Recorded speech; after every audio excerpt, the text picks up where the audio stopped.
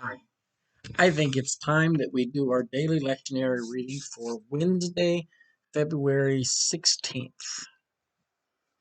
So we've got Psalm 120, day 3. So we'll do the Holman Christian Standard Bible translation. We've got Jeremiah 22, 11 to 17, and Luke 11, 37 to 52. So Psalm 120. Now the NRSV has the title or heading of Prayer for Deliverance from Slanderers, which I think is interesting when you compare it with the Holman Christian Standard translation, which says, a cry for truth and peace. In my distress, I called to the Lord, and he answered me. Lord, deliver me from lying lips and a deceitful tongue.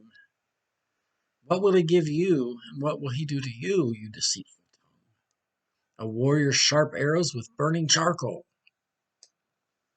What misery that I have stayed in Meshech, and that I have lived among the tents of Kedar. I have lived too long with those who hate peace. I am for peace, but when I speak, they are at war. All right. Jeremiah. Let's go to Jeremiah. Message to the sons of Josiah. For thus says the Lord concerning Shallum, King Josiah. Let me start over. For thus says the Lord concerning Shallum, son of King Josiah of Judah, who succeeded his father Josiah, and who went away from this place. He shall return here no more. But in the place where they have carried him captive, he shall die, and he shall never see this land again. Woe to him who builds his house by unrighteousness, and his upper rooms by injustice, who makes his neighbors work for nothing, and does not give them their wages, who says, I will build myself a spacious house with large upper rooms, and who cuts out windows for it, paneling it with cedar and painting it with vermilion. Are you a king because you compete in cedar? Does not your father eat and drink and do justice and righteousness? Did not your father? Then it was well with him.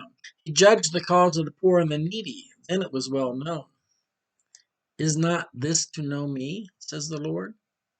But your eyes and your heart are only on your dishonest gain, for shedding innocent blood and for practicing oppression and violence. All right, Luke 11, 37 to 52. Jesus denounces Pharisees and lawyers, is what the heading says. While he was speaking, a Pharisee invited him to dine with him, so he went in and took his place at the table. The Pharisee was amazed to see that he did not first wash before dinner. And then the Lord said to him, now you Pharisees clean the outside of the cup and of the dish, but inside you are full of greed and wickedness. You fools! Did not the one who made the outside make the inside also?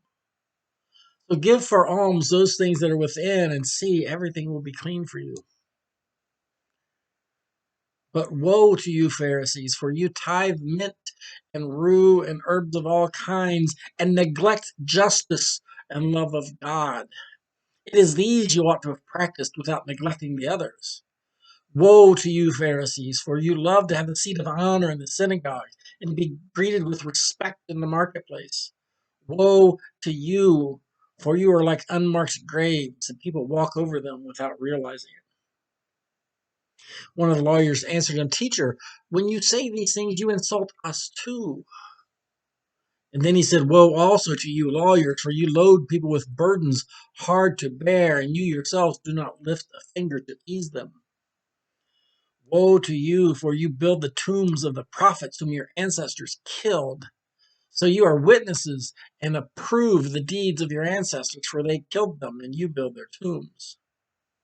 Therefore also the wisdom of God said, I will send them prophets and apostles, some of whom they will kill and persecute, so that this generation may be charged with the blood of all the prophets since the foundation of the world, from the blood of Abel to the blood of Zechariah, who perished between the altar and the sanctuary.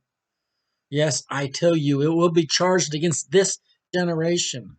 Woe to you, lawyers, for you have taken away the key of knowledge. You did not enter yourselves, and you hindered those who were entering.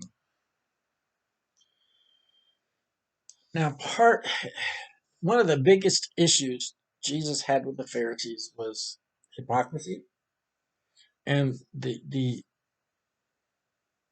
slavish adherence to the rules, even if it was detrimental to the people. And see,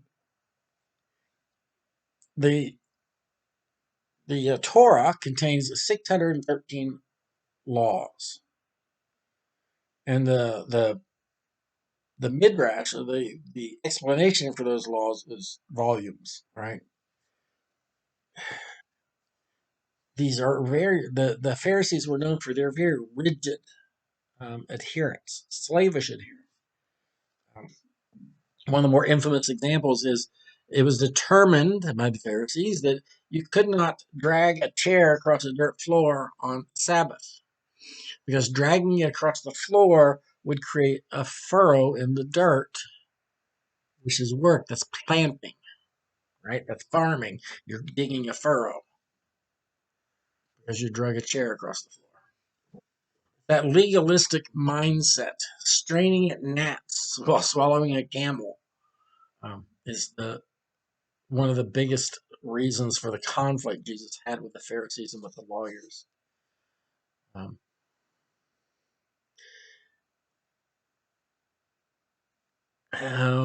for you tithe mint and root and all kinds, they would tithe on everything, right? To show how righteous they were, whereas they didn't care if it was hurting people. One of the things, I don't remember where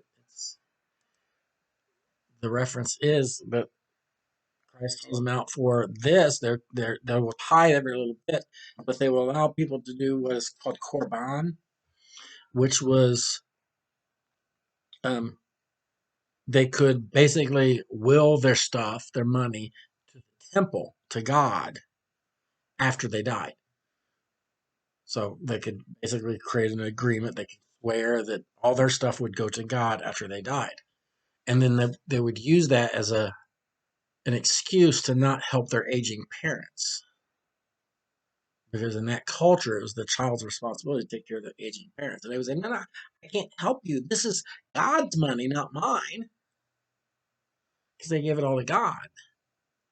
Well, that's a tradition of man that the Pharisees honored, that Christ had an issue with, because it's getting in the way of people.